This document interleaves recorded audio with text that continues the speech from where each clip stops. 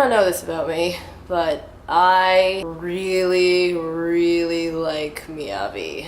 MIYAVI is a self-proclaimed Japanese samurai guitarist. He plays like every instrument under the sun, and his guitar style is very unique in that it is influenced by slap bass playing, but it's done on a guitar. So he uses his guitar as a percussion instrument as well as a string instrument, and it's awesome. His music has evolved over the years. It's changed a lot. From album to album, it's completely different styles, but there's always that little MIYAVI flair in there with his slap guitar and his silly lyrics sometimes, but that actually are meaningful. But he reinvents himself a lot, and I appreciate that because it always works for him. He doesn't sit on his laurels. He keeps changing, he keeps evolving, he keeps trying to improve, he keeps collaborating with new and different artists. I got into his music in like early high school, and it actually stemmed from my otaku phase. Just looking to branch out and find like music and movies and things from Japan that weren't just anime, you know? So I was downloading random mixes of like recommended songs of the day, and in one of these random mixes was a song by MIYAVI. So this 19-year-old kid is fucking shredding it, writing amazingly profound songs. He plays every instrument on his recordings. He does crazy shit with that guitar, and I totally fell in love with this guy.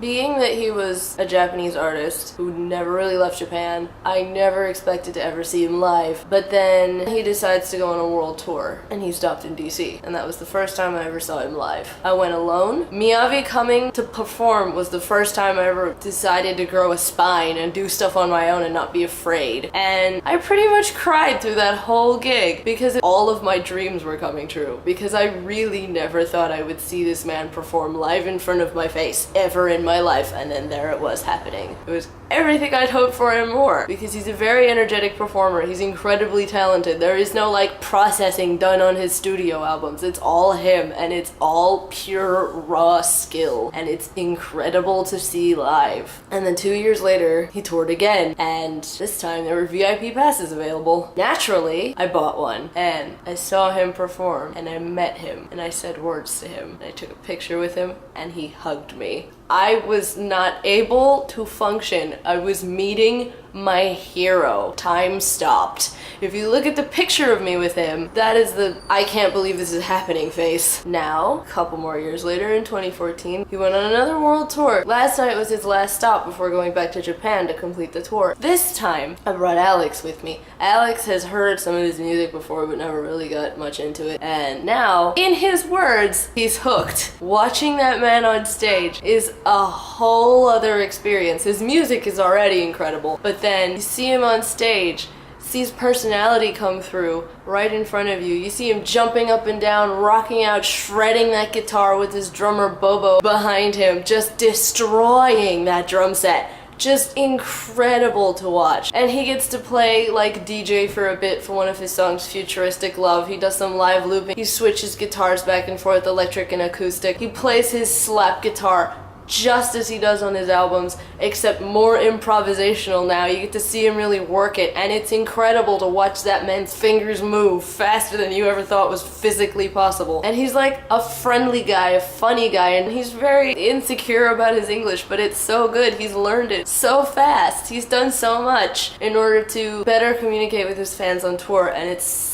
so sweet to see. And he like got all flustered and nervous. It's still so wonderful to see his personality really come through and not have to deal with translations from other people. At least it's coming from him. There was this moment where he kind of slowed it down after like a really like intense jump up and down sort of song, and he was playing Kimi Negayo, and everyone was singing along, and MIYAVI was so amazed that we were all singing in Japanese even though we were not Japanese, because he had just finished telling us how difficult it is to sing in a language you are not comfortable with, and then we're all singing along in his native language even though he knows we don't understand what we're saying. His face lit up when he saw us singing along, and we knew all the words because we've been following him for years before he ever even spoke a word of English. And he just kept saying things about how no matter the distances or the language barriers or whatever, music always brings us together, and it sounded a little corny, but it's true. And yeah, I don't know. I just wanted to share this with you guys. It's such a big part of me. He's influenced my music taste, he's influenced my personality, He's influenced the fact that I have piercings all over my ears.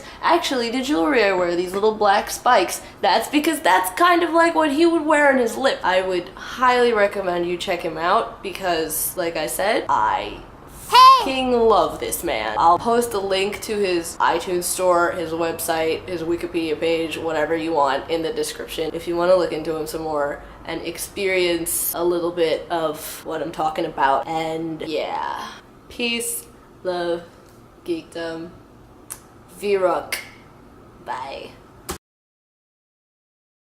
Let's go, Mama! Let's do it! Burger King